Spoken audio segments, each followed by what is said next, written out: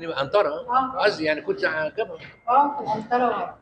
واول حاجه بتوع الشرق العنترة شرق دخلوا علينا كده اللي هي في المعديات، فاحنا مش عارفين في ايه اللي حصل. في ايه يا جماعه؟ في قالوا اليهود، فطبعا ورانا، فاحنا كلنا كده العنترة شرق على العنترة غرب. رحنا خدونا في عربيات نقل على اقرب بلاد جنبنا اللي هي الشرقيه.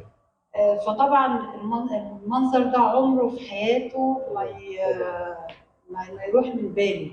وبعدين واحنا ماشيين في العربيات النقل اليهود طلعوا علينا بالطيارات في الصالحيه، ضربوا علينا، نزلنا جري من العربيات، نزلنا تحت العربيات وفي الشجر عشان نتدارى، واللي مات مات واللي قام قام. فعلى بال ما وصلنا الناس بتوع الشرقيه طبعا استقبلونا بالعيش المرحرح والجلاوين والجبنه القديمه ومطارد اللبن، وده برضو عمره ما يتنسي بالنسبه لي كطفله.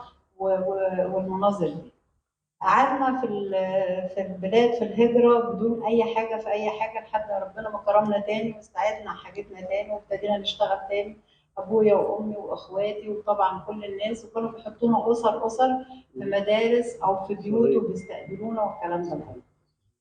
طبعا في حرب الاستنزاف كنت انا صغيره بس حاسه وعارفه لان اخويا كان في الجيش، والحمد لله والشكر لله كان لينا الشرف ان هو يكون في 73، وكمان حتى اتأثر في الثغر. فكل حاجه كانت بتتحكي لنا، فالذاكره عمرها ما تنسى 73 لان ده بقى خلاص يعني الحمد لله ابتديت اسيب 67 واللي حصل فيها، وابتدينا ان احنا نفتخر ب 73. فحاجات كتيره، وكانت الجبهه الداخليه هتكلم عليها.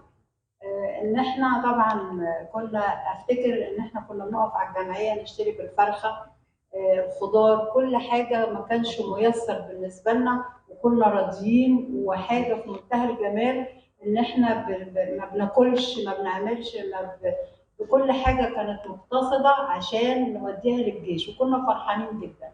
ويا ريت برضو الايام ديت ان احنا نعتبر نفسنا في حرب، بس حرب احنا كنا عارفين العدو بتاعنا، دلوقتي احنا مش عارفين، ممكن يكون جنبنا واحنا مش عارفين. فيا ريت نتوعى ان ربنا يعدينا على خير في الايام دي ان شاء الله.